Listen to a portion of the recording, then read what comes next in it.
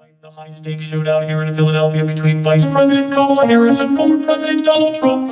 Their first face-to-face meeting in this presidential election. Their first face-to-face meeting ever. A historic race for president upended just weeks ago. President Biden withdrawing after his last debate. Donald Trump now up against a new opponent. The candidates separated by the smallest of margins, essentially tied at the polls nationally and in the key battlegrounds, including right here in Pennsylvania, all still very much in play.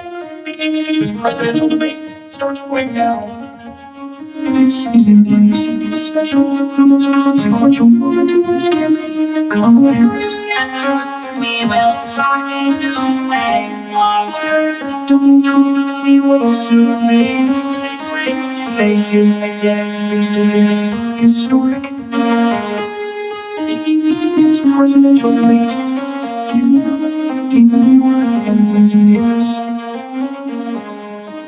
Good evening, I'm David Muir, and thank you for joining us for tonight's ABC News presidential debate. We want to welcome viewers watching on ABC and around the world tonight. Vice President Kamala Harris and President Donald Trump are just moments away from taking the stage in this unprecedented race for president. And I'm Lindsay Davis. Tonight's meeting could be the most consequential event of their campaigns, with Election Day now less than 2 months away. For Vice President Kamala Harris, this is her first debate since President Biden withdrew from the race on July 21st. Of course, that decision followed his debate against President Donald Trump in June. Since then, this race has taken on an entirely new dynamic. And that brings us to the rules of tonight's debate. 90 minutes with 2 commercial breaks. No topics or questions have been shared with the campaigns. The candidates will have 2 minutes to answer questions, and this is the clock. That's what they'll be seeing: 2 minutes for rebuttals and 1 minute for follow-ups, clarifications, or responses. Their microphones will only be turned on when it's their turn to speak. No pre-written notes allowed. There is no audience here tonight in this hall at the National Constitution Center. This is an intimate setting for 2 candidates who have never met. President Trump won the coin toss. He chose to deliver the final closing statement of the evening. Vice President Harris selected the podium to the right. So let's now welcome the candidates to the stage: Vice President Kamala Harris and President Donald Trump.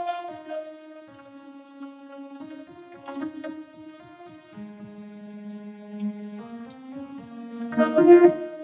So good to meet you. Thank you. Welcome to you both. It's wonderful to have you. It's an honor to have you both here tonight. Good evening. We are looking forward to a spirited and thoughtful debate. So let's get started. I want to begin tonight with the issue that voters repeatedly say is their #1 issue, and that is the economy and the cost of living in this country. Vice President Harris, you and President Trump were elected 4 years ago, and your opponent on the stage here tonight often asks his supporters, are you better off than you were 4 years ago? When it comes to the economy, do you believe Americans are better off than they were 4 years ago? So I was raised as a middle-class kid, and I am actually the only person on this stage who has a plan that is about lifting up the middle class and working people of America. I believe in the ambition, the aspirations, the dreams of the American people, and that is why I imagine and have actually a plan to build what I call an opportunity economy. Because here's the thing, we know that we have a shortage of homes and housing, and the cost of housing is too expensive for far too many people. We know that young families need support to raise their children, and I intend on extending a tax cut for those families of $6,000, which is the largest child tax credit that we have given in a long time, so that those young families can afford to buy a crib, buy a car seat, buy clothes for their children. My passion, one of them, is small businesses. My mother raised my sister and me, but there was a woman who helped raise us. We call her our second mother. She was a small business owner. I love our small businesses. My plan is to give a $50,000 tax deduction to start up small businesses, knowing they are part of the backbone of America's economy. My opponent, on the other hand, his plan is to do what he has done before, which is to provide a tax cut for billionaires and big corporations, which will result in $5 trillion to America's deficit. My opponent has a plan that I call the Trump's sales tax, which would be a 20% tax on everyday goods that you rely on to get through the month.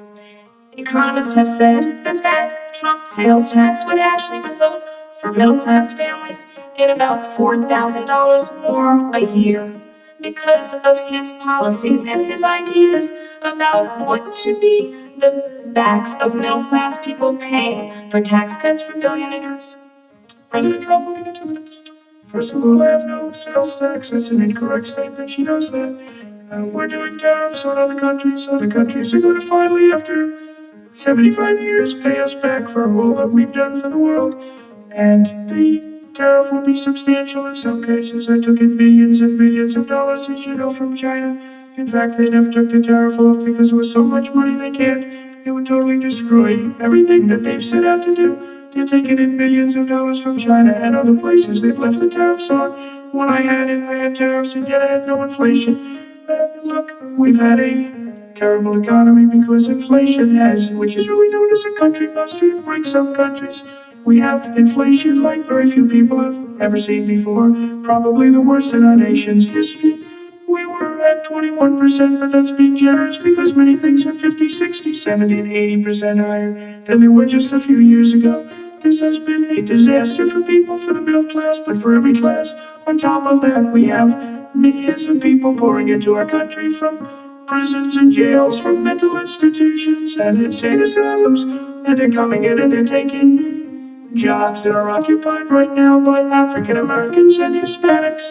And also unions. Unions are going to be affected very soon. And you see what's happening. You see what's happening with towns throughout the United States. You look at Springfield, Ohio. You look at Aurora in Colorado. They are taking over the towns. They're taking over buildings. They're going in violently. These are the people that she and Biden let into our country. And they're destroying our country. They're dangerous. They're at the highest level of criminality. And we have to get them out. We have to get them out fast. I created one of the greatest economies in the history of our country. I'll do it again and even better. We are getting into immigration and border security during this debate, but I would like to let Vice President Harris respond on the economy here. Well, I'd love to. Let's talk about what Donald Trump left us. Donald Trump left us the worst unemployment since the Great Depression. Donald Trump left us the worst public health epidemic in a century. Donald Trump left us the worst attack on our democracy since the Civil War. And what we have done is clean up Donald Trump's mess. What we have done and what I intend to do is build on what we know are the aspirations and the hopes of the American people. But I'm going to tell you all in this debate tonight, you're going to hear from the same old tired playbook. A bunch of lies, grievances, and name-calling. What you're going to hear tonight is a detailed and dangerous plan called Project 2025 that the former president intends on implementing if he were elected again. I believe very strongly that the American people want a president who understands the importance of bringing us together, and we have so much more in common than what separates us, and I pledge to you to be a president for all Americans. President Trump will give you a minute to respond. Number one, I have nothing to do, as you know, and as she knows better than anyone, I have nothing to do with Project 2025. That's out there. I haven't read it. I don't want to read it purposely. I'm not going to read it. This was a group of people that got together. They came up with some ideas. I guess some good, some bad, but it makes no difference. I have nothing to do. Everybody knows I'm an open book. Everybody knows what I'm going to do. Cut taxes very substantially and create a great economy like I did before. We had the greatest economy. We got hit with a pandemic, and the pandemic was not since 1917, where 100 million people died. Has there been anything like it? We did a phenomenal job with the pandemic. We handed them over a country where the economy and where the stock market was higher than it was before the pandemic came in. Nobody's ever seen anything like it. We made ventilators for the entire world. We got gowns, we got masks, we did things that nobody thought possible. And people give me credit for rebuilding the military. They give me credit for a lot of things, but not enough credit for the great job we did with the pandemic. But the only jobs they got were bounce back jobs. These were jobs, bounce back, and it bounced back, and it went to their benefit. But I was the one that created them. They know it, and so does everybody else. Vice President Harris, I'll let you respond. So, Donald Trump has no plan for you.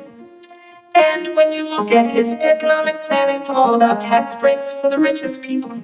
I am offering what I describe as an opportunity economy, and the best economists in our country, if not the world, have reviewed our relative plans for the future of America. What Goldman Sachs has said is that Donald Trump's plan would make the economy worse, mine would strengthen the economy. What the Wharton School has said is Donald Trump's plan would actually explode the deficit. 16 Nobel laureates have described his economic plan as something that would increase inflation and by the middle of next year would invite a recession. You just have to look at where we are and where we stand on the issues, and I'd invite you to know that Donald Trump actually has no plan for you because he is more interested in defending himself than he is in looking out for you. That's just a soundbite that you forgot to say. I went to the Wharton School of Finance, and many of those professors, the top professors, think my plan is a brilliant plan, it's a great plan, it's a plan that's gonna bring up our worth, our value as a country. It's gonna make people want to be able to go and work and create jobs and create a lot of good, solid money for our country. And just to finish off, she doesn't have a plan. She copied Biden's plan, and it's like 4 sentences, like run, spot, run. 4 sentences that are just, oh, we'll try and lower taxes. She doesn't have a plan. Take a look at her plan. She doesn't have a plan. Mr. President, I do want to drill down on something you both brought up. The Vice President brought up your tariffs. You responded, and let's drill down on this because your plan is what she calls is essentially a national sales tax. Your proposal calls for tariffs, as you pointed out here, on foreign imports across the board. You recently said that you might double your plan, imposing tariffs up to 20% on goods coming into this country. As you know, many economists say that with tariffs at that level, costs are then passed on to the consumer. Vice President Harris has argued it'll mean higher prices on gas, food, clothing, medication, arguing it costs the typical family nearly $4,000 a year. Do you believe Americans can afford higher prices because of tariffs? They're not going to have higher prices. What's going to happen? Who's going to have higher prices is China and all of the countries that have been ripping us off for years. By George, I was the only president ever. China was paying us hundreds of billions of dollars, and so were other countries. And if she doesn't like them, they should have gone out and they should have immediately cut the tariffs. But those tariffs are there 3.5 years now under their administration. We're going to take in billions of dollars, hundreds of billions of dollars. I had no inflation, virtually no inflation. They had the highest inflation perhaps in the history of our country because I've never seen a worse period of time. People can't go out and buy cereal or bacon or eggs or anything else. The people of our country are absolutely dying with what they've done. They've destroyed the economy, and all you have to do is look at a poll. The polls say 80 and 85 and even 90% that the Trump economy was great, that their economy was terrible. Vice President Harris, I do want to ask for your response, and you heard what the president said there because the Biden administration did keep a number of the Trump tariffs in place. So how do you respond? Well, let's be clear that the Trump administration resulted in a trade deficit, one of the highest we've ever seen in the history of America. He invited trade wars. You want to talk about his deal with China? What he ended up doing is under Donald Trump's presidency, he ended up selling American chips to China to help them improve and modernize their military.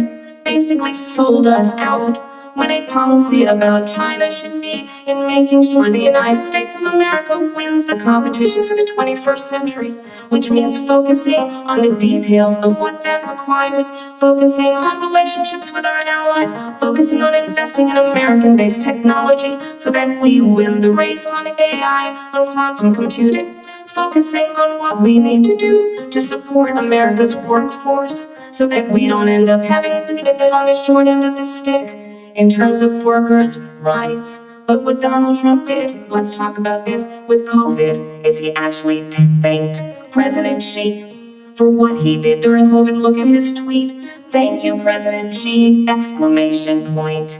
When we know that Xi was responsible for lacking and not giving us transparency about the origins of COVID. President Trump, I'll let you respond. First of all, they bought their chips from Taiwan. We hardly make chips anymore because of philosophies like they have and policies like they have. I don't say her because she has no policy. Everything that she believed 3 years ago and 4 years ago is out the window. She's going to my philosophy now. In fact, I was going to send her a MAGA hat. She's gone to my philosophy, but if she ever got elected, she'd change it, and it will be the end of our country. She's a Marxist. Everybody knows she's a Marxist. Her father's a Marxist professor in economics, and he taught her well. But when you look at what she's done to our country, and when you look at these millions and millions of people that are pouring into our country monthly, where it's, I believe, 21 million people, not the 15 that people say, and I think it's a lot higher than the 21. That's bigger than New York State pouring in, and just look at what they're doing to our country. They're criminals. Many of these people coming in are criminals, and that's bad for our economy too. You know, you mentioned before, we'll talk about immigration later. Well, bad immigration is the worst thing that can happen to our economy. They have, and she has, destroyed our country with policy that's insane, almost policy that you'd say they have to hate our country. President Trump, thank you. Lindsay. I want to turn to the issue of abortion. President Trump, you often touted that you were able to kill Roe v. Wade. Last year, you said that you were proud to be the most pro-life president in American history. Then last month, you said that your administration would be great for women and their reproductive rights. In your home state of Florida, you surprised many with regard to your 6-week abortion ban, because you initially had said that it was too short, and you said, quote, I'm going to be voting that we need more than 6 weeks, but then the very next day, you reversed course and said you would vote to support the 6-week ban. Vice President Harris says that women shouldn't trust you on the issue of abortion because you've changed your position so many times. Therefore, why should they trust Well, the you? reason I'm doing that vote is because the plan is, as you know, the vote is, they have abortion in the 9th month. They even have, and you can look at the governor of West Virginia, the previous governor of West Virginia, not the current governor, who's doing an excellent job, but the governor before. He said the baby will be born, and we will decide what to do with the baby. In other words, we'll execute the baby. And that's why I did that, because that predominates, because they're radical. The Democrats are radical in that. And her vice presidential pick, which I think was a horrible pick, by the way, for our country, because he is really adamant. But her vice presidential pick says abortion in the 9th month is absolutely fine. He also says execution after birth is an execution, no longer abortion, because the baby is born is okay. And that's not okay with me, hence the vote. But what I did is something for 52 years they've been trying to get Roe v. Wade into the states. And through the genius and heart and strength of 6 Supreme Court justices, we were able to do that. Now, I believe in the exceptions for rape, incest, and life of the mother. I believe strongly in it. Ronald Reagan did also. 85% of Republicans do. Exceptions, very important. But we were able to get it. And now states are voting on it. And for the first time, you're going to see, look, this is an issue that's torn our country apart for 52 years. Every legal scholar, every Democrat, every Republican, liberal, conservative, they all wanted this issue to be brought back to the states where the people could vote. And that's what happened. And now, Ohio, the vote was somewhat liberal. Kansas, the vote was somewhat liberal, much more liberal than people would have thought. But each individual state is voting. It's the vote of the people. Now, it's not tied up in the federal government. I did a great service in doing it. It took courage to do it. And the Supreme Court had great courage in doing it. And I give tremendous credit to those 6 justices. There is no state in this country where it is legal to kill a baby after it's born. Madam Vice President, I want to give you a response to President Trump. Well, as I said, you're going to hear a bunch of lies, and that's not actually a surprising fact. Let's understand how we got here. Donald Trump hand-selected 3 members of the United States Supreme Court with the intention that they would undo the protections of Roe v. Wade. And they did exactly as he intended. And now in over 20 states, there are Trump abortion bans, which make it criminal for a doctor or nurse to provide health care in one state. It provides prison for life. Trump abortion bans that make no exception even for rape and incest, which understand what that means. A survivor of a crime, a violation to their body, does not have the right to make a decision about what happens to their body next. That is immoral. And one does not have to abandon their faith or deeply held beliefs to agree. The government and Donald Trump certainly should not be telling a woman what to do with her body. I have talked with women around our country. You want to talk about this is what people wanted? Pregnant women who want to carry a pregnancy to term, suffering from a miscarriage, being denied care in an emergency room because the healthcare providers are afraid they might go to jail, and she's bleeding out in a car in the parking lot. She didn't want that. Her husband didn't want that. A 12 or 13-year-old survivor of incest, being forced to carry a pregnancy to term. They don't want that. And I pledge to you, when Congress passes a bill to put back in place the protections of Roe v. Wade, as President of the United States, I will proudly sign it into law. But understand, if Donald Trump were to be reelected, he will sign a national abortion ban. Understand, in his Project 2025, there would be a national abortion, a monitor that would be monitoring your pregnancies, your miscarriages. I think the American people believe that certain freedoms, in particular the freedom to make decisions about one's own body, should not be made by the government. Thank you, Vice President Harris. There she goes again, it's a lie. I'm not signing a ban, and there's no reason to sign a ban, because we've got what everybody wanted. Democrats, Republicans, and everybody else. And every legal scholar wanted it to be brought back into the states, and the states are voting, and it may take a little time. But for 52 years, this issue has torn our country apart. And they wanted it back in the states, and I did something that nobody thought was possible. The states are now voting. What she says is an absolute lie. And as far as the abortion ban, no, I'm not in favor of abortion ban, but it doesn't matter, because this issue has now been taken over by the states. Would you veto a national abortion ban if it Well, I came would to have to, because again, and two things. Number one, she said she'll go back to Congress, she'll never get the vote. It's impossible for her to get the vote, especially now with the 50-50, and essentially 50-50 in both Senate and the House. She's not going to get the vote. She can't get the vote. She won't even come close to it, so it's just talk. You know what it reminds me of? When they said they're going to get student loans terminated, and it ended up being a total catastrophe. The student loans, and then her, I think probably her boss, if you call him a boss, he spends all his time on the beach.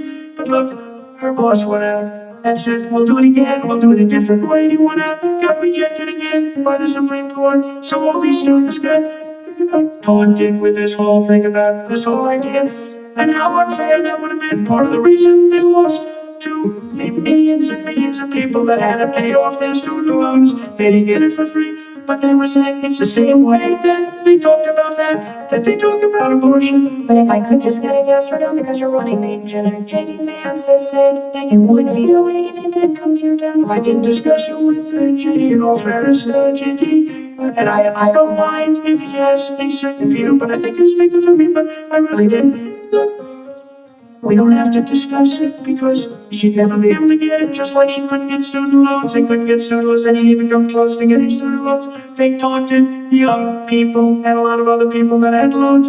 They can never get this approved. So it doesn't matter what she says about going to Congress. So wonderful, let's go to Congress, do it.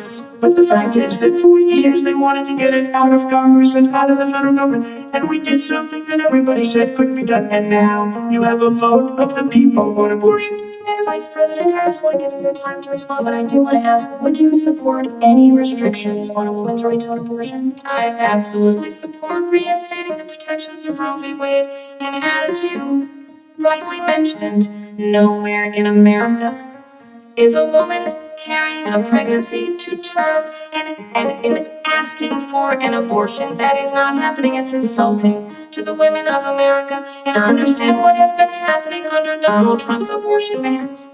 Couples who pray and dream of having a family are being denied IVF treatments. What is happening in our country? Working people, working women who are working 1 or 2 jobs, who can barely afford childcare as it is, have to travel to another state to get on a plane sitting next to strangers to go and get the health care she needs. Barely can afford to do it, and what you are putting her through is unconscionable. And the people of America have not, that the majority of Americans believe in a woman's right to make decisions about her own body, and that is why in every state where this issue has been on the ballot, in red and blue states both, the people of America have voted for freedom. Vice President Excuse me, I have to respond. another lie, it's another lie. I have been a leader on IVF, which is fertilization. The IVF, I have been a leader.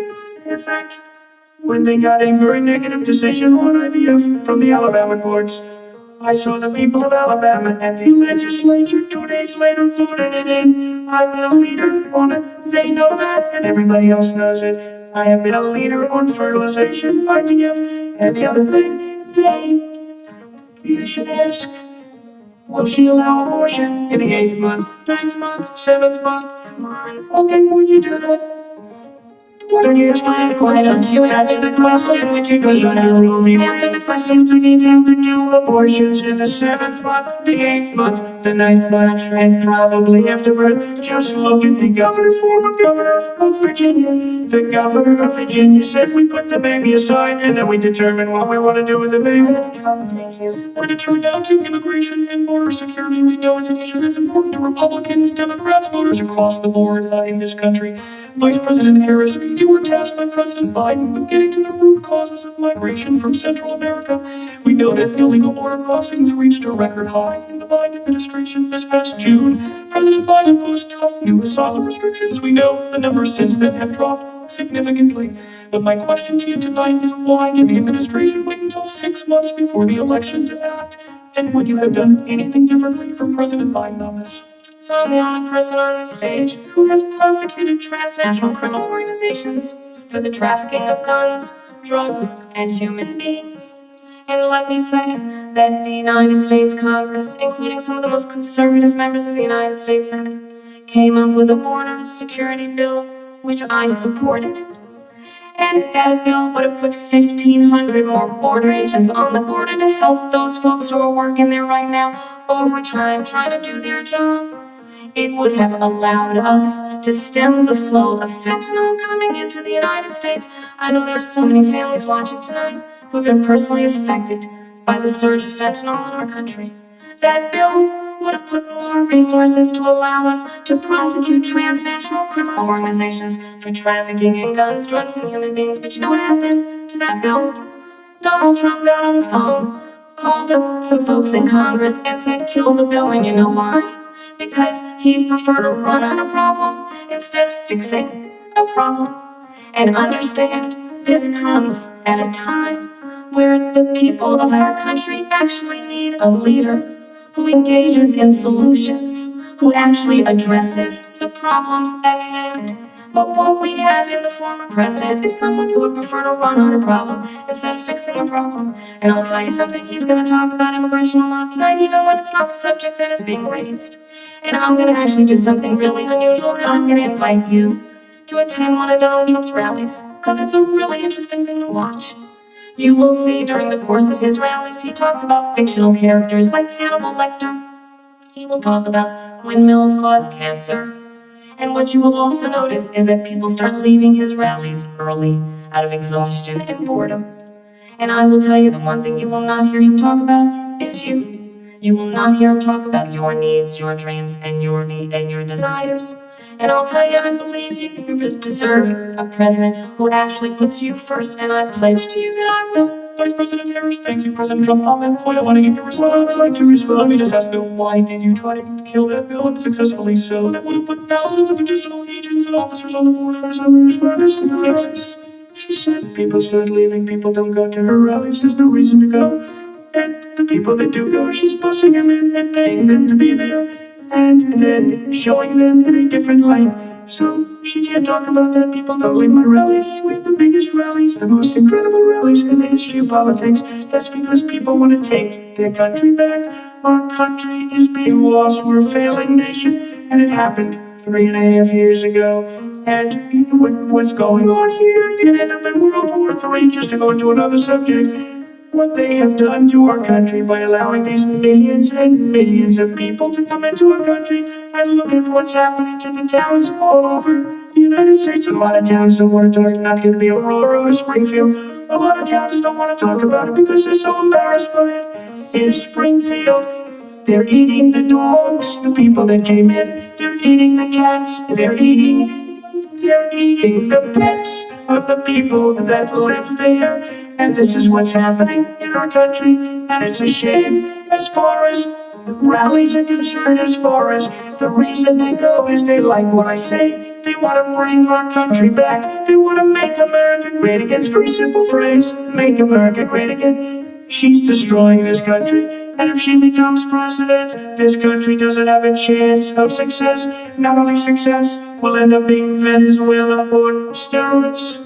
I just want to clarify here, you bring up Springfield, Ohio, and ABC News did reach out to the city manager there. He told us there had been no credible reports of specific claims of pets being harmed, injured, or abused by individuals within the immigrant community. Well, some people are telling Let me me, just say here, this is the people are telling me that my dog was taken and used for food, so maybe he said that, and maybe that's a good thing to say for a city manager. I'm not taking this from television, I'm taking it from the city manager. Was eaten by the people that went there.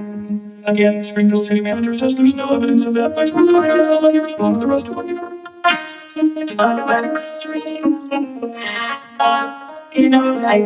This is, I think, one of the reasons why in this election I actually have the endorsement of 200 Republicans who have formally worked with President Bush, Mitt Romney, and John McCain, including the endorsement of former Vice President Dick Cheney and Congressmember Liz Cheney. And if you want to really know the inside track on who the former president is, if he didn't make it clear already, just ask people who have worked with him. His former chief of staff, a 4-star general, has said he has contempt for the Constitution of the United States. His former national security advisor has said he is dangerous and unfit. His former Secretary of Defense has said the nation, the Republic, would never survive another Trump term. And when we listen to this kind of rhetoric, when the issues that affect the American people are not being addressed, I think the choice is clear in this election. President Trump, I'll give you a quick minute to respond. Thank you, because when I hear that, see, I'm a different kind of a person. I fired most of those people. Not so graciously, they did bad things or a bad job. I fired them. They never fired one person. They didn't fire anybody having to do with Afghanistan and the Taliban and the 13 people whose were just killed viciously and violently killed. And I get to know the parents and the family.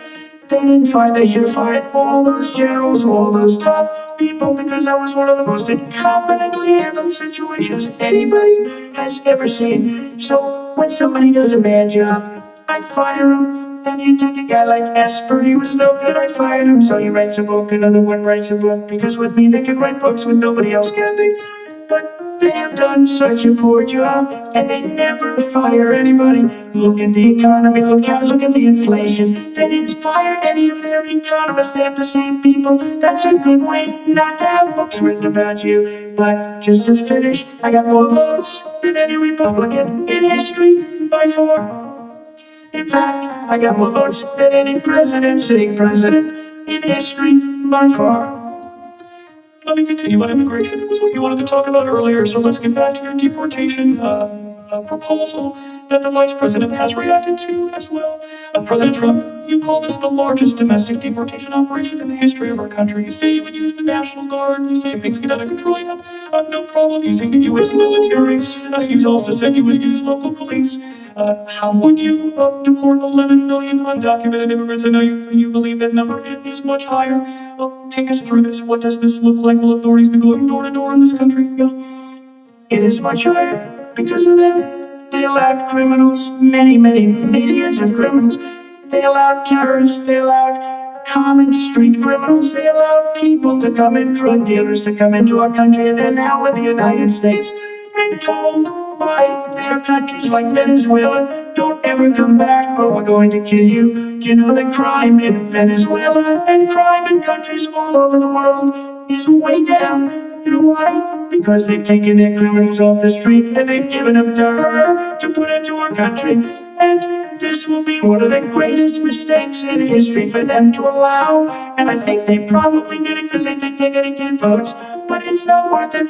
because they're destroying the fabric of our country by what they've done. There's never been anything done like this at all. They've destroyed the fabric of our country.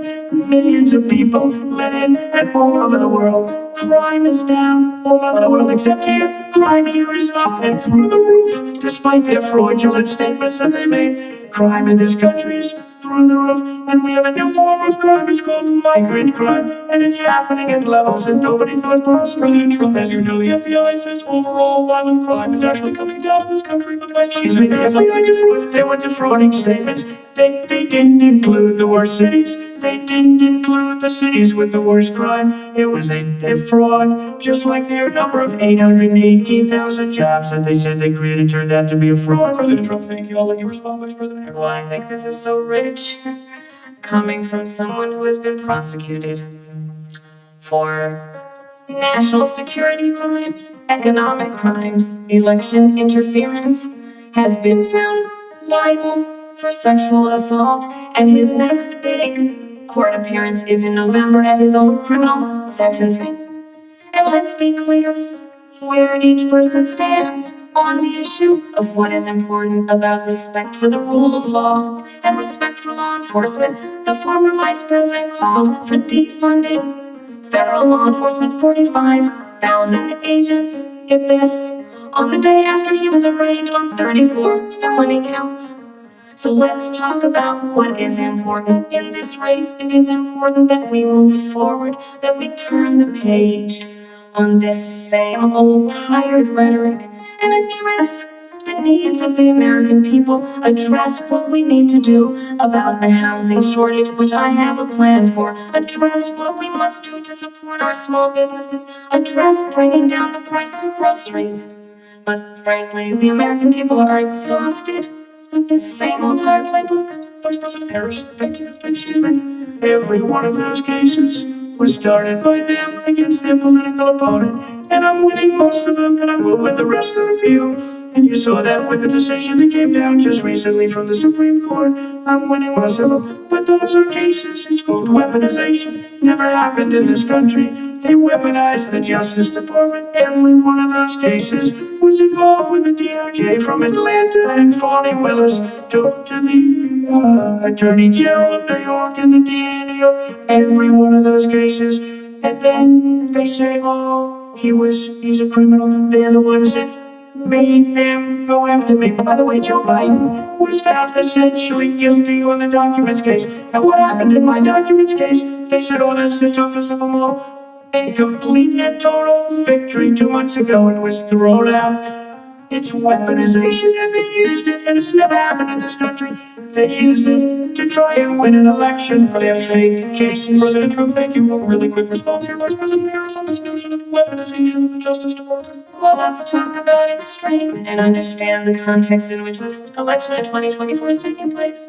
The United States Supreme Court recently ruled that the former president would essentially be immune from any misconduct if he were to enter the White House again. Understand, this is someone who has openly said he would terminate, I'm quoting, terminate the Constitution of the United States, that he would weaponize the Department of Justice against his political enemies. Someone who has openly expressed disdain for members of our military. Understand what it would mean if Donald Trump were back in the White House with no guardrails, because certainly we know now the court won't stop him. We know J.D. Vance is not going to stop him. It's up to the American people Vice to President stop Harris, him. thank you. Lindsay. Vice President Harris, in your last fight for president. Yeah, this is the one that weaponized, not me. She weaponized. I probably took a bullet to the head because of the things that they say about me. They talk about democracy. I'm a threat to democracy. They're the threat to democracy was a fake Russia investigation. We do a lot that to do. went nowhere. We have a lot to get to, Lindsay. Vice President Harris, in your last run for president, you said you wanted to ban fracking. Now you don't. You wanted mandatory government buyback programs for assault weapons. Now your campaign says you don't. You supported decriminalizing border crossings. Now you're taking a harder line. I know you say that your values have not changed. So then why have so many of your policy positions changed? So My values have not changed, and I'm going to discuss every one of them, at least every point that you've made. But in particular, let's talk about fracking, because we're here in Pennsylvania. I made that very clear in 2020. I will not ban fracking. I have not banned fracking as Vice President of the United States, and in fact, I was the tie-breaking vote on the Inflation Reduction Act, which opened new leases for fracking. My position is that we have got to invest in diverse sources of energy so we reduce our reliance on foreign oil. We have had the largest increase in domestic oil production in history because of an approach that recognizes that we cannot over-rely on foreign oil. As it relates to my values, let me tell you, I grew up a middle-class kid raised by a hard-working mother who worked and saved and was able to buy our first home when I was a teenager. The values I bring to the importance of home ownership, knowing not everybody got handed $400 million on a silver platter and then filed bankruptcy 6 times, is a value that I bring to my work to say we are going to work with the private sector and home builders to increase by 3 million homes by the end of my first term. My work that is related to having a friend when I was in high school who was sexually assaulted by her stepfather. And my focus then on protecting women and children from violent crime is based on a value that is deeply grounded in the importance of standing up for those who are most vulnerable. My work that is about protecting Social Security and Medicare is based on long-standing work that I have done protecting seniors from scams. My values have not changed. And what is important is that there is a president who actually brings values and a perspective that is about lifting people up and not beating people down and name-calling. The true measure of the leader is the leader who actually understands the strength is not in beating people down, it's in lifting people up. I intend to be that president.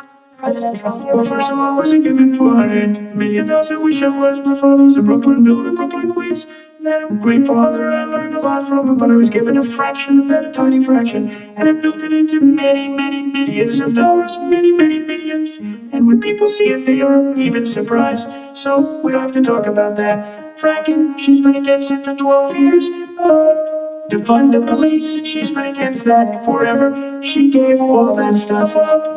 Very wrongly, very horribly, and everybody's laughing at it, okay? They're all laughing at it. She gave up at least 12 and probably 14 or 15 different policies, like she was big on defund the police. In Minnesota, she went out. Wait a minute, I'm talking now. If you don't mind, please. Does that sound familiar? She went out in Minnesota and wanted to let criminals that killed people, that burned down Minneapolis.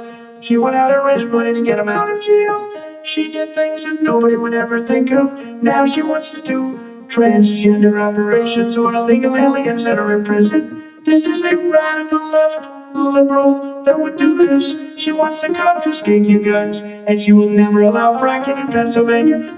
If she won the election, fracking in Pennsylvania will end on day 1. Just to finish one thing that's so important in my opinion. So I got the oil business going like nobody has ever done before. When they took over, they got rid of it, started getting rid of it, and the prices were going up the roof. They immediately let these guys go to where they were. I would have been 5 times, 4 times, 5 times higher, because you're talking about 3.5 years ago. They got it up to where I was, because they had no choice, because the prices of energy were quadrupling and doubling. You saw what happened to gasoline. So they said, let's go back to Trump. But if she won the election the day after that election, they'll go back to destroying our country, and oil will be dead, fossil fuel will be dead, we'll go back to windmills, and we'll go back to solar, where they need a whole desert to get some energy to come out. You ever see a solar plant? By the way, I'm a big fan of solar, but they take 400, 500 acres of desert President Trump, we soil. will These have are not good issues. things We for have the to get environment. to Thank you. Lindsay, thank you. We have an election in just 56 days. And I want to talk about the peaceful transfer of power, which, of course, we all know is a cornerstone of our democracy, and the role of a president in a moment of crisis. Mr. President, on January 6th, you told your supporters to march to the Capitol. You said you would be right there with them. The country and the world saw what played out at the Capitol that day. The officers coming under attack. Aides in the West Wing say you watched it unfold on television off the Oval Office. You did send out tweets, but it was more than 2 hours before you sent out that video message telling your supporters to go home. Is there anything you regret about what you did on that day? You just said anything that isn't covered peacefully and patriotically. I said during my speech, not later on. Peacefully and patriotically. And nobody on the other side was killed. Ashley Babbitt was shot by an out-of-control police officer that should have never, ever shot her. It's a disgrace. But we didn't do this group of people that have been treated so badly. I ask, what about all the people that are pouring into our country and killing people that she allowed to pour in? She was the border czar, remember that? She was the border czar. She doesn't want to be called the border czar because she's embarrassed by the border. In fact, she said at the beginning, oh, I'm surprised you're not talking about the border yet. That's because she knows what a bad job they've done. What about those people? When are they going to be prosecuted? When are these people from countries all over the world, not just South America? They're coming in from all over the world, David, all over the world, and crime rates are down all over the world because of it. But one of those people are going to be prosecuted. One of the people that burned down Minneapolis is going to be prosecuted. Or in Seattle, they went into Seattle, they took over a big percentage of the city of Seattle. One of those people are going to be prosecuted. But let me just ask you, might ask her that question. You were the president, you were watching it unfold on television. It's a very simple question as we move forward toward another election. Is there anything you regret about what you did on that day? Yes, I had nothing to do with that other than they asked me to make a speech. I showed up for a speech. I said, I think it's going to be big. I went to Nancy Pelosi and the mayor of Washington, D.C. And the mayor put it back in writing, as you know. I said, this is going to be a very big rally or whatever you want to call it. And again, it wasn't done by me, it was done by others. I said, I'd like to give you 10,000 National Guard more soldiers. They rejected me. Nancy Pelosi rejected me. It was just 2 weeks ago. Her daughter has a tape of her saying she is fully responsible for what happened. They want to get rid of that tape. It would have never happened if Nancy Pelosi and the mayor of Washington did their jobs. I wasn't responsible for security. Nancy Pelosi was responsible. She didn't do her job. The question was about you as president, not about former Speaker Pelosi, but I do want Vice President Harris to respond here. I was at the Capitol on January 6th. I was the vice president-elect. I was also an acting senator. I was there.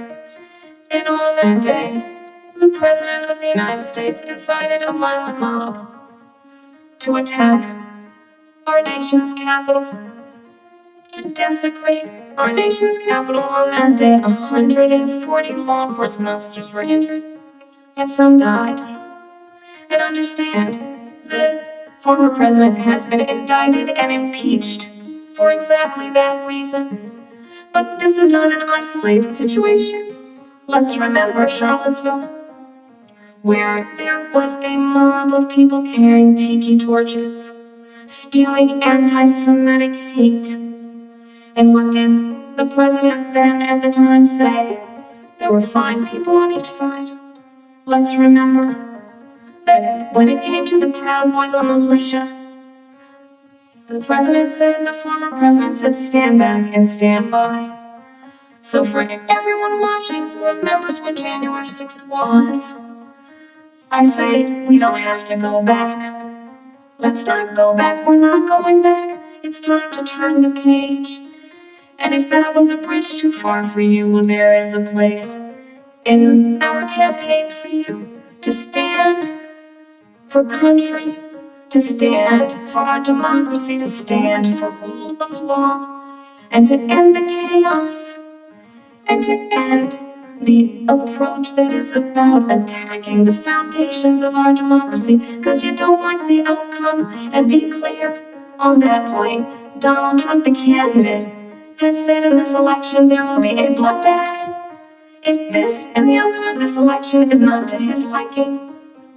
Let's turn the page on this. Let's not go back. Let's chart a course for the future and not go backwards to the past. Let me just follow up here. It was a different term, and it was a term that related to energy because they have destroyed our energy business. That was where bloodbath was. Also, on Charlottesville, that story has been, as you would say, debunked. Laura Ingraham, Sean Hannity, Jesse, all of these people, they covered it. If they go an extra sentence, they will see it was perfect. It was debunked in almost every newspaper, but they still bring it up just like they bring 2025 up. They bring all of this stuff up. I ask you this, you talk about the Capitol. Why are we allowing these millions of people to come through on the southern border? How come she's not doing anything? And I'll tell you what I would do, and I would be very proud to do. I would say we would both leave this debate right now. I'd like to see her go down to Washington, D.C. during this debate because we're wasting a lot of time. Go down to, because she's been so bad and so ridiculous. Go down to Washington, D.C. and let her sign a bill to close up the border because they have the right to do it. They don't need bills.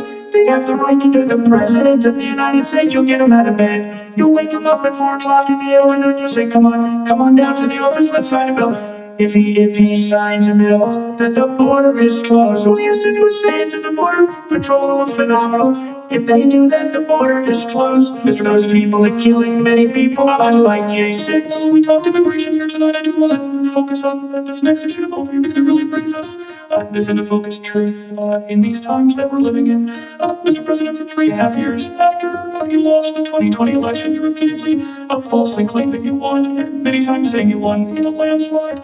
In the past couple of weeks leading up to this debate, you have said, quote, you lost by a whisker, that you, quote, didn't quite make it, that you came up a little bit short. Are you now acknowledging that you lost in 2020? But you did that sarcastically, you know that? It was said, oh, we lost by a whisker. That was said sarcastically.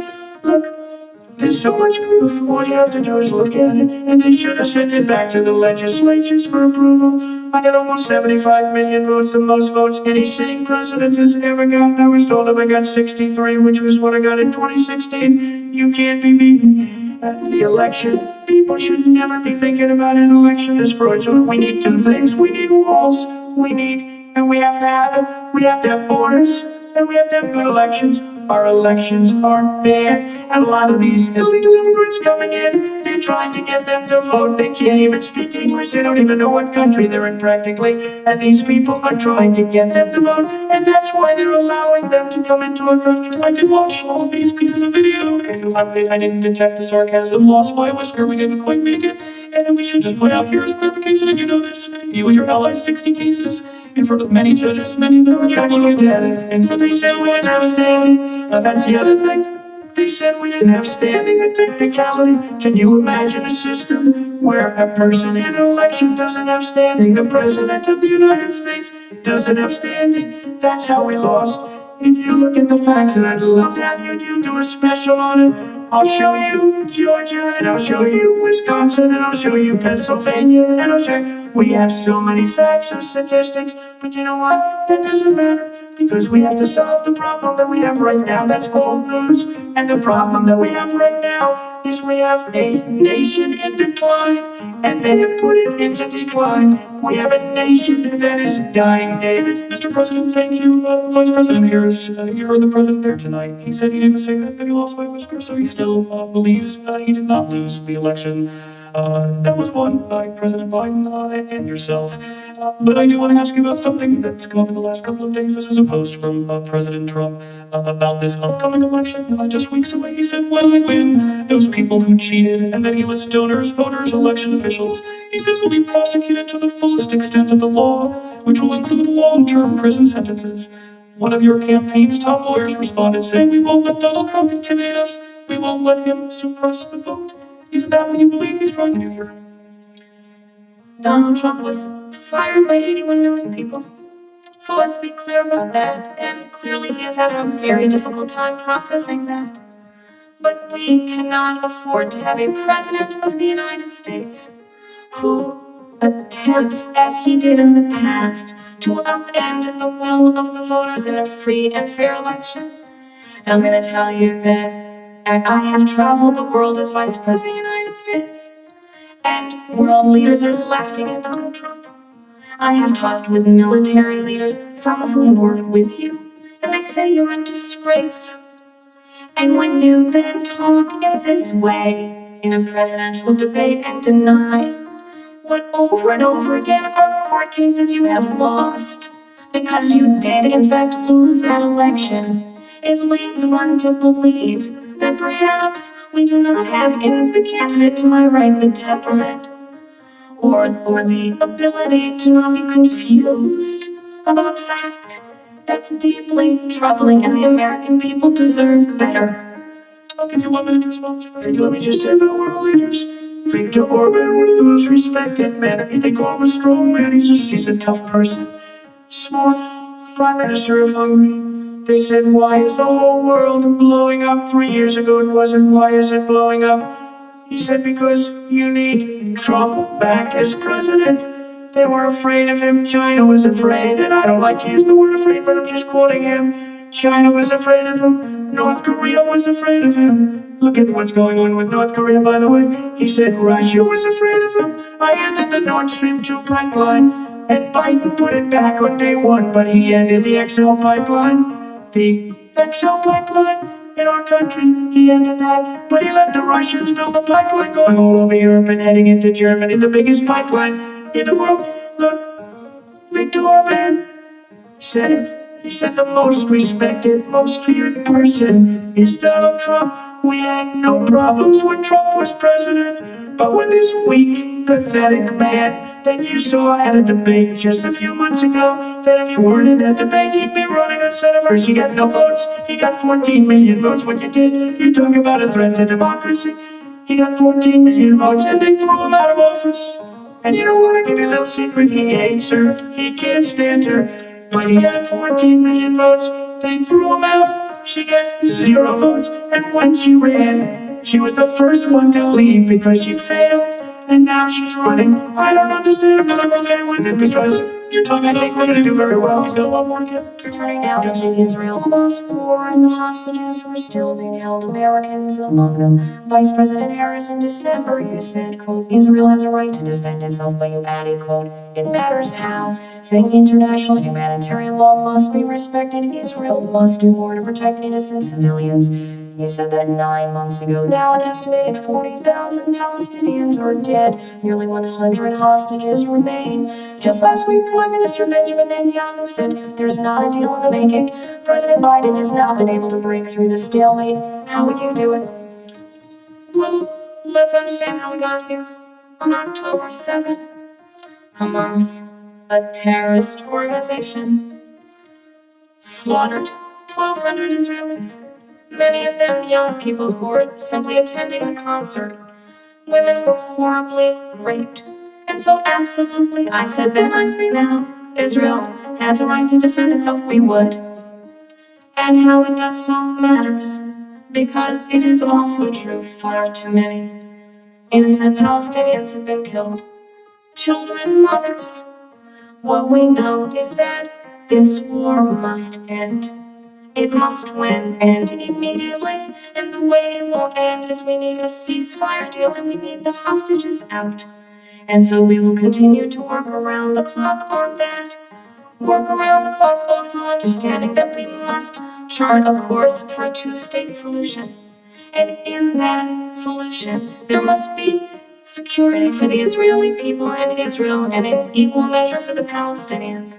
But the one thing I will assure you always, I will always give Israel the ability to defend itself, in particular as it relates to Iran, and any threat that Iran and its proxies pose to Israel. But we must have a 2-state solution where we can rebuild Gaza, where the Palestinians have security, self-determination, and the dignity they so rightly deserve. President Trump, how would you negotiate with Netanyahu and also Hamas in order to get the hostages out and prevent the killing of more innocent civilians in Gaza? If I were president, it would have never started. If I were president, Russia would have never, ever, I know Putin very well, he would have never, there was no threat of it either, by the way, for 4 years, have gone into Ukraine and killed millions of people. When you add it up, far worse than people understand what's going on over there. But when she mentions about Israel all of a sudden, she hates Israel. She wouldn't even meet with Netanyahu when he went to Congress to make a very important speech. She refused to be there because she was at a sorority party of hers. She wanted to go to the sorority party. She hates Israel. If she's president, I believe that Israel will not exist within 2 years from now, and I've been pretty good at predictions, and I hope I'm wrong about that one. She hates Israel. At the same time, in her own way, she hates the Arab population because the whole place is gonna get blown up. Arabs, Jewish people, Israel will be gone. It would have never happened. Iran was broke under Donald Trump. Now Iran has $300 billion because they took off all the sanctions on Iran. Iran had no money for Hamas or Hezbollah or any of the 28 different spheres of terror. And they are spheres of terror, horrible terror. They had no money. There was a big story, and you covered it very well, actually. They had no money for terror. They were broke. Now they're a rich nation, and now what they're doing is they're spreading that money around. Look at what's happening with the Houthis and Yemen. Look at what's going on in the Middle East. This would have never happened. I will get that settled and fast, and I'll get the war with Ukraine and Russia ended. If I'm president-elect, I'll get it done before even becoming president. Vice President Harris, he says you hate Israel. And no, that's absolutely not true. I have my entire career and life supported Israel and the Israeli people. He knows that. He's trying to again divide and distract from the reality, which is it is very well known that Donald Trump is weak and wrong on national security and foreign policy. It is well known that he admires dictators, wants to be a dictator on day one according to himself. It is well known that he said of Putin that he can do whatever the hell he wants and go into Ukraine. It is well known that he said when Russia went into Ukraine, it was brilliant. It is well known he exchanged love letters with Kim Jong-un. And it is absolutely well known that these dictators and autocrats are rooting for you to be president again because they're so clear. They can manipulate you with flattery and favors. And that is why so many military leaders who you have worked with have told me you are a disgrace. That is why we understand that we have to have a president who is not consistently weak and wrong on national security, including the importance of upholding and respecting in highest regard our military. Vice President Harris, thank you. And she's the one that caused it, that's weak on national security by allowing every nation last month for the year 168 different countries sending people into our country. Their crime rates are way down. Putin endorsed her last week, said I hope she wins, and I think he meant it, because what he's gotten away with is absolutely incredible. It wouldn't have happened with me. The leaders of other countries think that they're weak and incompetent, and they are. They're grossly incompetent. And I just ask one question. Why does Biden go in and kill the Keystone Pipeline and approve the single biggest deal that Russia's ever made, Nord Stream 2, the biggest pipeline anywhere in the world, going to Germany and all over Europe? Because they're weak and they're ineffective. And Biden, by the way, gets paid a lot of money. Thank you. We have a lot of issues to get to. We'll be right back with much more of this historic ABC News presidential debate from the National Constitution Center right here in Philadelphia. Back in a moment.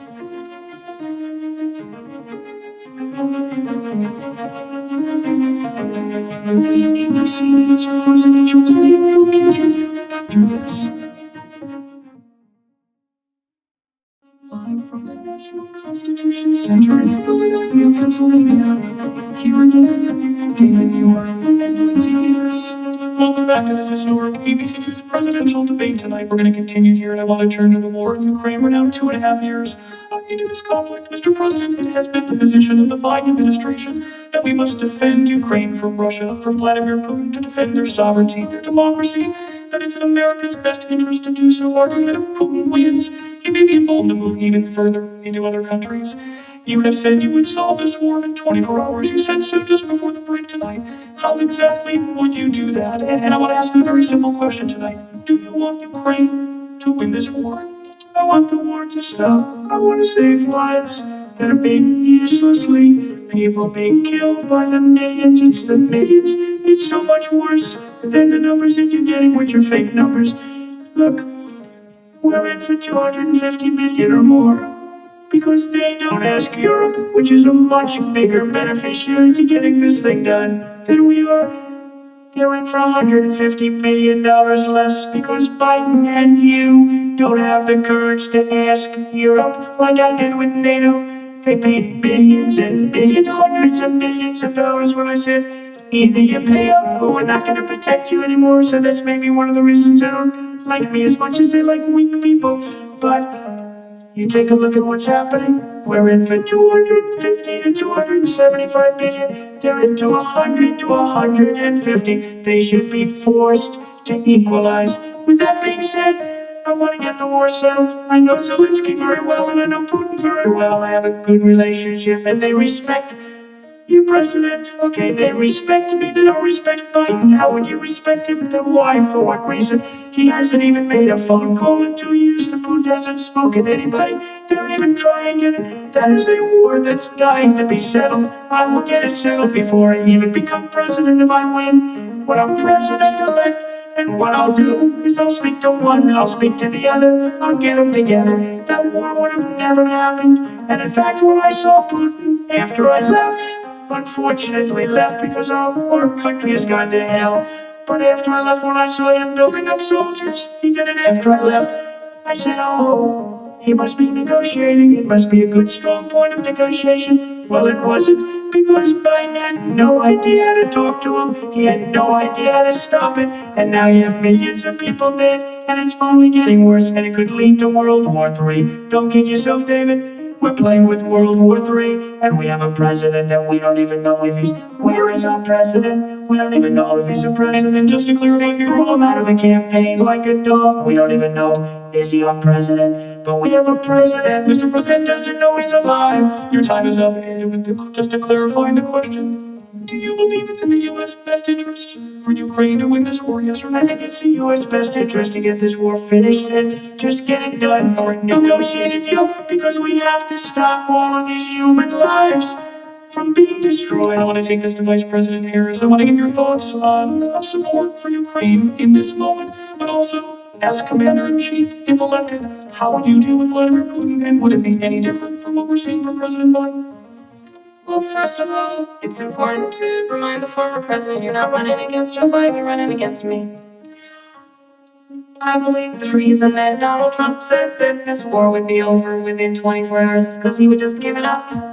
And that's not who we are as Americans. Let's understand what happened here. I actually met with Zelensky a few days before Russia invaded, tried through force to change territorial boundaries to define one of the most important international rules and norms, which is the importance of sovereignty and territorial integrity.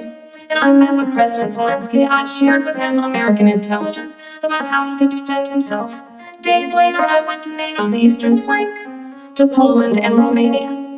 And through the work that I and others did, we brought 50 countries together to support Ukraine in its righteous defense.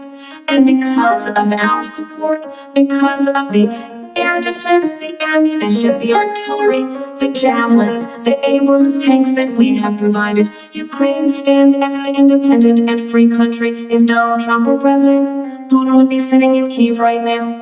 And understand what that would mean, because Putin's agenda is not just about Ukraine. Understand why the European allies and our NATO allies are so thankful that you are no longer president, and that we understand the importance of the greatest military alliance the world has ever known, which is NATO, and what we have done to preserve the ability of Zelensky and the Ukrainians to fight for their independence. Otherwise, Putin would be sitting in Kyiv with his eyes on the rest of Europe, starting with Poland. And why don't you tell the 800,000 Polish Americans right here in Pennsylvania how quickly you would give up for the sake of favor and what you think is a friendship with what is known to be a dictator who would eat you for lunch. Vice President Harris, thank you. We've heard from both of you on Ukraine tonight. Afghanistan came up in the last hour. I wanted her to respond to something you said earlier, and Please, I'll give you a minute here. Putin would be sitting in Moscow, and he wouldn't have lost 300,000 men and women, but he would have been sitting in Moscow, quiet place. He would have been sitting in Moscow, much happier than he is right now. But eventually, he's got a thing that other people don't have. He's got nuclear weapons. They don't ever talk about that. He got nuclear weapons. Nobody ever thinks about that. And eventually, maybe he'll use them, and maybe he hasn't been that threatening. But he does have that. Something we don't even like to talk about. Nobody likes to talk about it. But just so you understand, they sent her to negotiate peace before this war started. 3 days later, he went in and he started the war because everything they said was weak and stupid. They said the wrong things. That war should have never started. She was the emissary. They sent her in to negotiate with Zelensky and Putin, and she did. And the war started 3 days later. And that's the kind of talent we have with her. She's worse than Biden, in my opinion. I think he's the worst president in the history of our country. She goes down as the worst vice president in the history of our country. But let me tell you something. She is a horrible negotiator. They sent her in to negotiate as soon as they left Putin. Did the invasion. President Trump, thank you. You did bring up something. You said she went to negotiate with Vladimir Putin. Vice President Harris, have you ever met Vladimir Putin? Can you clarify tonight? Yet again, I said at the beginning of this debate, you're gonna hear a bunch of lies coming from this fella. And that is another one. When I went to meet with President Zelensky, I've now met with him over 5 times. The reality is, it has been about standing as America always should, as a leader upholding international rules and norms, as a leader who shows strength, understanding that the alliances we have around the world are dependent on our ability to look out for our friends and not favor our enemies because you adore strong men instead of caring about democracy. And that is very much what is at stake here. The President of the United States is Commander-in-Chief, and the American people have a right to rely on a president who understands the significance of America's role and responsibility in terms of ensuring that there is stability and ensuring we stand up for our principles and not sell them for the benefit of personal flattery. You talked about Ukraine and Vladimir Putin. I do want to talk about Afghanistan. It came up in the first hour of this debate. I want to move on to Afghanistan. Said Trump did the most amazing thing I've ever seen. He got these countries, the 28 countries at the time, to pay up. He said, I've never seen, he's the head of NATO. He said, I've never seen, for years we were paying almost all of NATO. We were being ripped off by European nations, both on trade and on NATO. I got them to pay up by saying one of the statements you made before. If you don't pay, we're not going to protect you, otherwise we would have never gotten it. He said it was one of the most incredible jobs that he's ever seen done. Thank you. I want to turn to Afghanistan. It came up in the first hour of the debate, and we witnessed a poignant moment today on Capitol Hill honoring the soldiers who died in the chaotic withdrawal from Afghanistan. I do want to ask the Vice President, do you believe you bear any responsibility in the way that withdrawal played out? Well, I will tell you, I agreed with President Biden's decision to pull out of Afghanistan. 4 presidents said they would, and Joe Biden did. And as a result, America's taxpayers are not paying the $300 million a day we were paying for that endless war. And as of today, there is not one member of the United States military who is in active duty in a combat zone in any war zone around the world the first time this century. But let's understand how we got to where we are. Donald Trump, when he was president, negotiated one of the weakest deals you can imagine. He calls himself a deal maker. Even his national security advisor said it was a weak, terrible deal, and here's how it went down. He bypassed the Afghan government. He negotiated directly with a terrorist organization called the Taliban. The negotiation involved the Taliban getting 5,000 Taliban terrorists released. And get this, and the president at the time invited the Taliban to Camp David, a place of storied significance for us as Americans, a place where we honor the importance of American diplomacy, where we invite and receive respected world leaders. And this former president, as president, invited them to Camp David because he does not again appreciate the role and responsibility of the President of the United States to be Commander-in-Chief with a level of respect.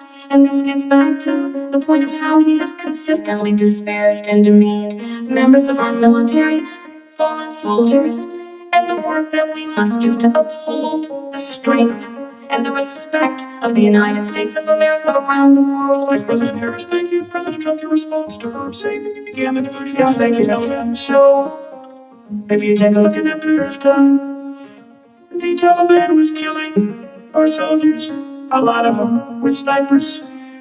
And I got involved with the Taliban because the Taliban was doing the killing. That's the fighting force within Afghanistan. They don't bother doing that because, they deal with the wrong people all the time. But I got involved, and Abdul is the head of the Taliban. He is still the head of the Taliban. And I told Abdul, don't do it anymore. You do it anymore, you're gonna have problems.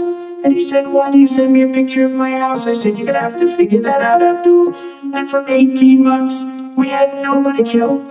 We did have an agreement negotiated by Mike Pompeo. It was a very good agreement. The reason it was good, we were getting out. We would have been out faster than them, but we wouldn't have lost the soldiers. We wouldn't have left many Americans behind, and we wouldn't have left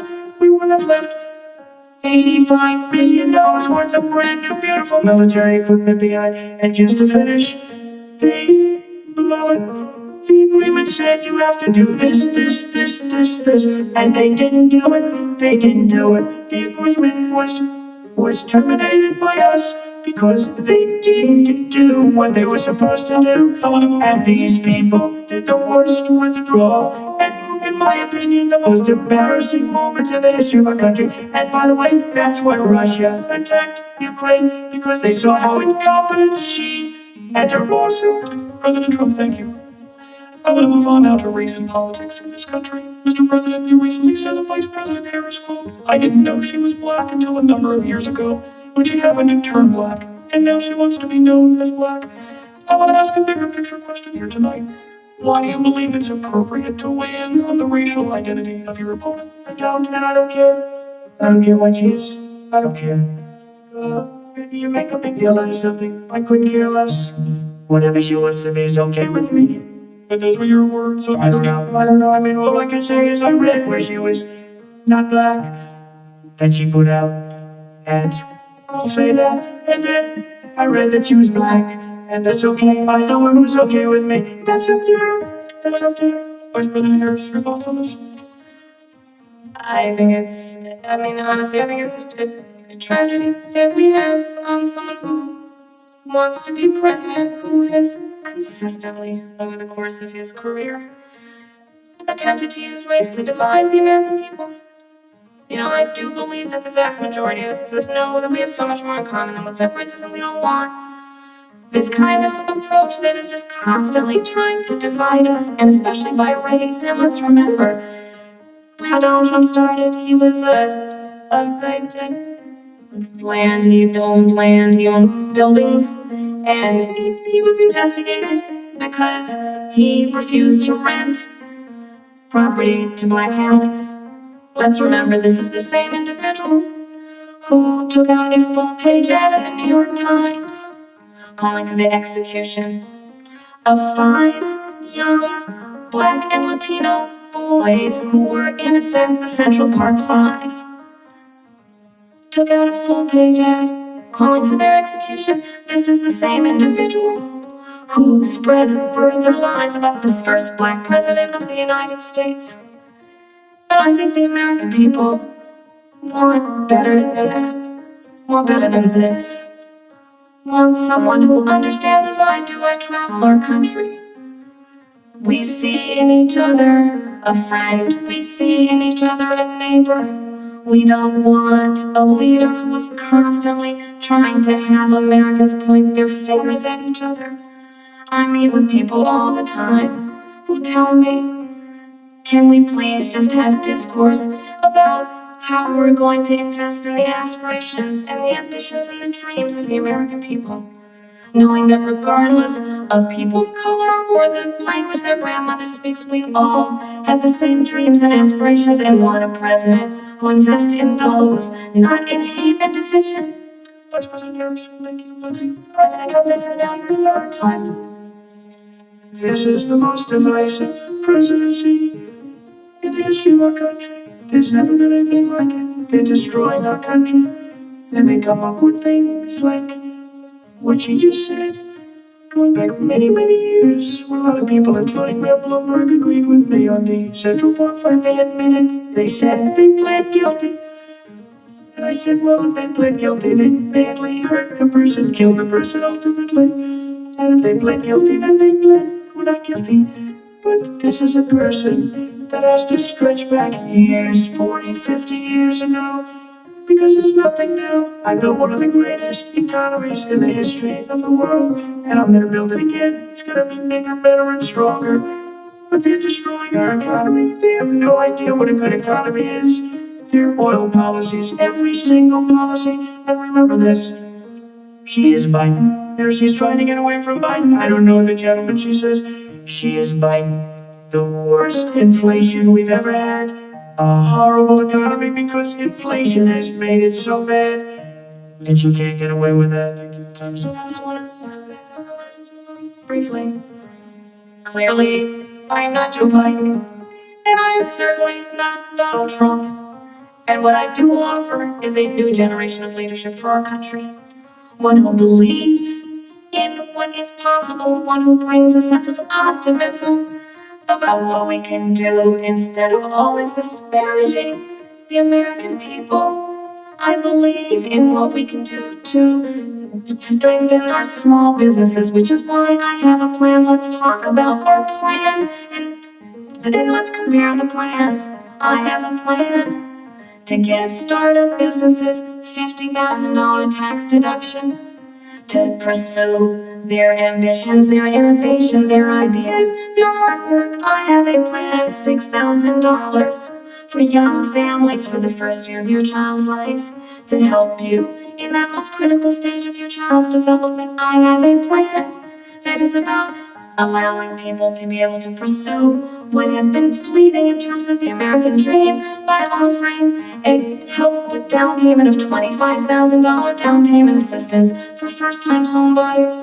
That's the kind of conversation I believe, David, that people really want tonight, as opposed to a conversation that is constantly about belittling and name-calling. Let's turn the page. Vice President Harris, thank you. Let's turn to policy. President Trump, we have to move on. President Trump, Let's turn to policy. She has a plan to defund the police. She has a flight plan to confiscate everybody's gun. President Trump, She has a you have to plan move to on to not other allow issues. fracking in Pennsylvania or anywhere else. Okay, That's what her plan is until just recently. I just need to respond. No, the President former Trump. president has said something Sorry. twice that I need to respond to. I'm sorry, I'm we're going to gonna move on. Vice one President time Harris, to what he President said. Trump, this is now your third time running for president. You have long vowed to repeal and replace the Affordable Care Act, also known as Obamacare. You failed to accomplish that. You now say you're going to keep Obamacare, quote, unless we can do something much better.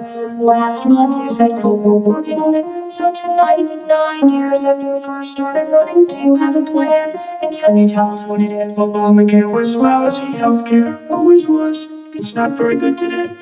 And when I said that if we come up with something and we are working on things, we're gonna do it and we're gonna replace it. But remember this, I inherited Obamacare because Democrats wouldn't change it. They wouldn't vote for it. They were unanimous. They wouldn't vote to change it. If they would have done that, we would have had a much better plan than Obamacare. But the Democrats came up, they wouldn't vote for it. I had a choice to make when I was president. Do I save it and make it as good as it can be? Never gonna be great.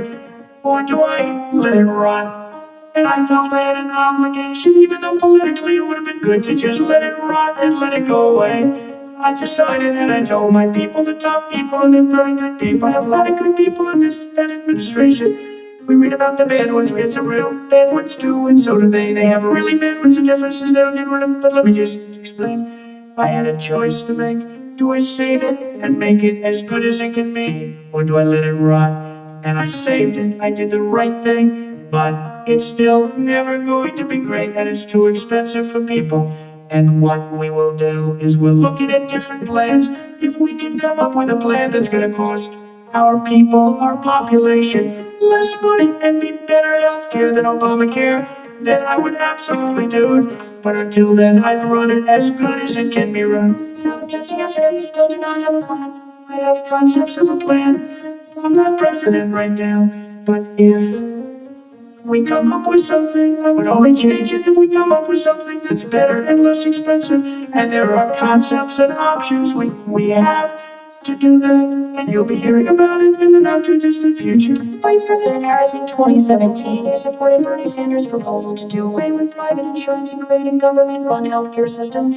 2 years later, you proposed a plan that included a private insurance option. What is your plan today?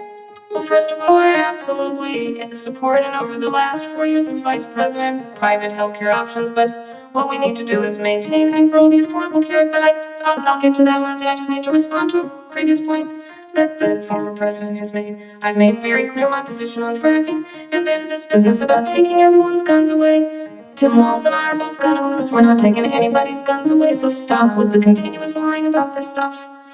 As it relates to the Affordable Care Act, understand, but just look at the history to know where people stand.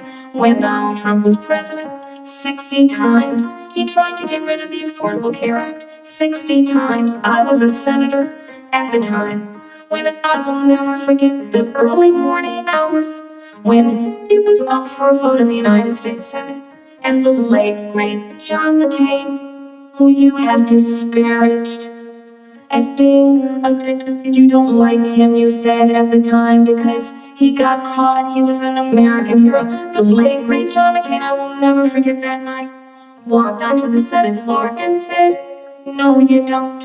No, you don't. No, you don't get rid of the Affordable Care Act. You have no plan." And what the Affordable Care Act has done is eliminate the ability of insurance companies to deny people with pre-existing conditions. I don't have to tell the people watching tonight, you remember what that was like? Remember when an insurance company could deny if a child had asthma, if someone was a breast cancer survivor, if a grandparent had diabetes. And thankfully, as I've been vice president and we over the last 4 years have strengthened the Affordable Care Act, we have allowed for the first time Medicare to negotiate drug prices on behalf of you, the American people.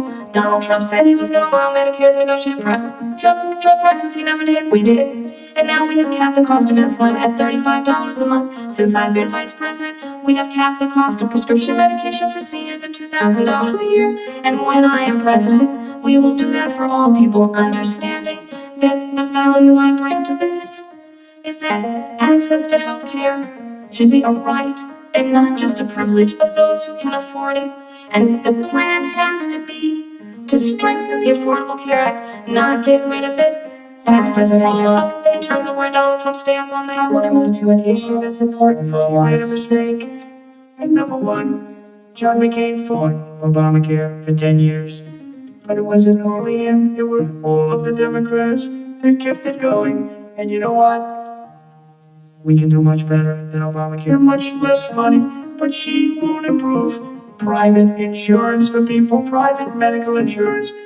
That's another thing she doesn't want to get. People are paying privately for insurance that have worked hard and made money, and they want to have private. She wants everybody to be on government insurance where you wait 6 months for an operation that you need to be. President Trump, thank you. We have another issue that we'd like to get to that's important for a number of Americans, in particular younger voters, and that's climate change. President Trump, with regard to the environment, you say that we have to have clean air and clean water.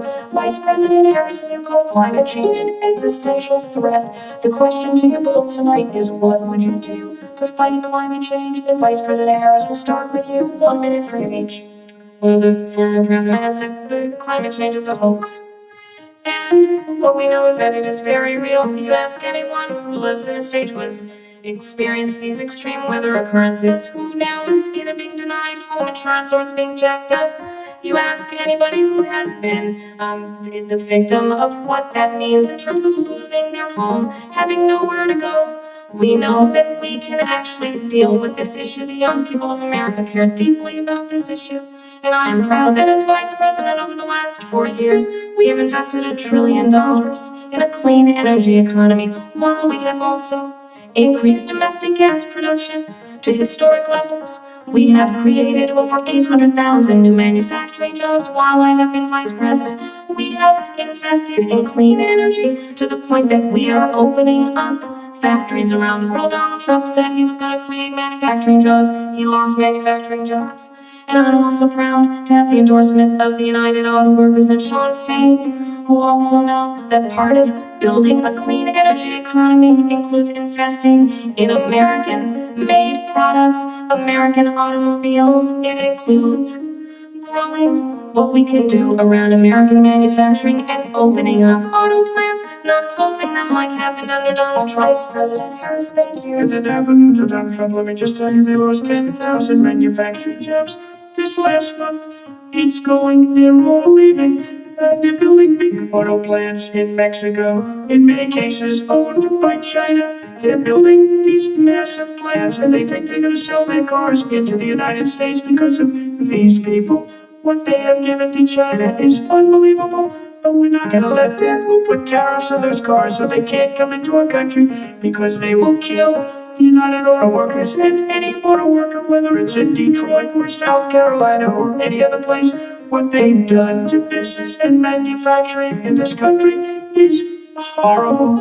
We have nothing because they refuse. Biden doesn't go after people because supposedly China paid him millions of dollars. He's afraid to do it. Between him and his son, they get all this money from Ukraine. They get all this money from all of these different countries. And then you wonder, why is he so loyal to this one, that one, Ukraine, China? Why is he? Why did he get $3.5 million from the mayor of Moscow's wife? Why did she pay him $3.5 million?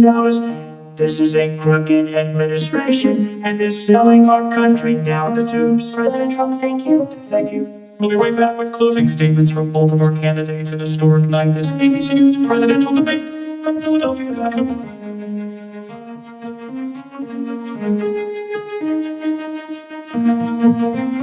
The ABC News presidential debate will continue after this. Live from the National Constitution Center in Philadelphia, Pennsylvania. Here again, David Muir and Lindsay Davis. Welcome back tonight. The time has come for closing statements, and Vice President Harris, we begin with you. So I think you've heard tonight two very different visions for our country. One that is focused on the future, and the other that is focused on the past, and an attempt to take us backward. But we're not going back.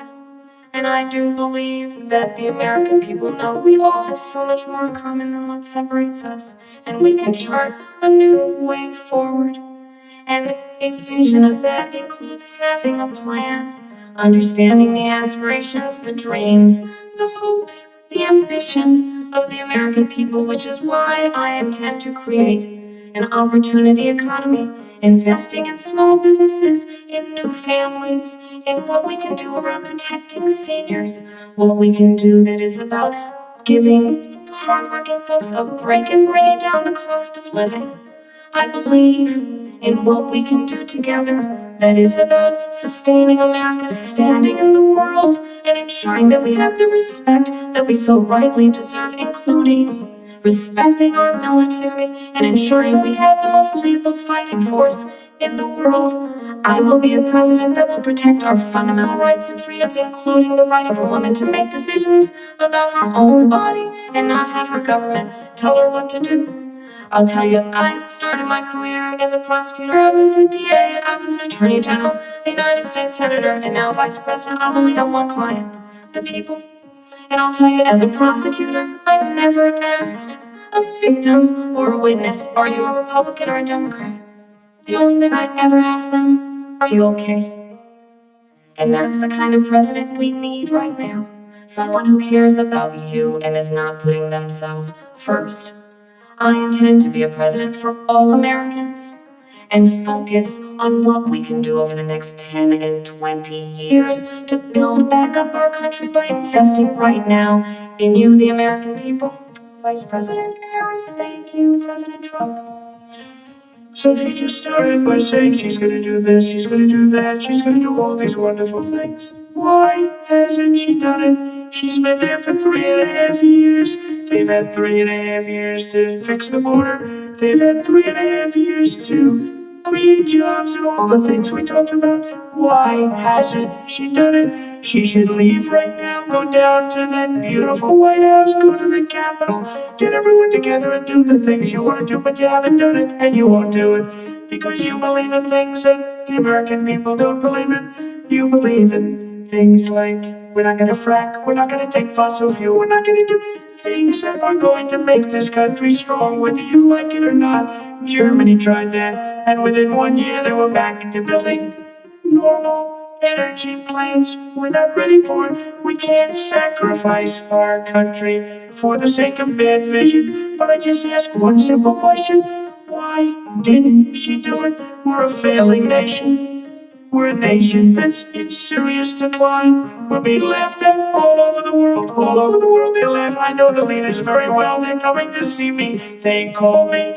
We're laughed at all over the world. They don't understand what happened to us as a nation. We're not a leader. We don't have any idea what's going on. We have wars going on in the Middle East. We have wars going on with Russia and Ukraine. We're going to end up in a third world war, and it'll be a war like no other because of nuclear weapons, the power of weaponry. I rebuilt our entire military. She gave a lot of it away to the Taliban. She gave it to Afghanistan. What these people have done to our country, and maybe toughest of all, is allowing millions of people to come into our country. Many of them are criminals, and they're destroying our country. The worst president, the worst vice president in the history of our country. President Trump, thank you. And that is our ABC News presidential debate from here in Philadelphia, the National Constitution Center. I'm Lindsay Davis. And I'm David Muir. Thank you for watching here in the US and all over the world, and from all of us here at ABC News. Good night.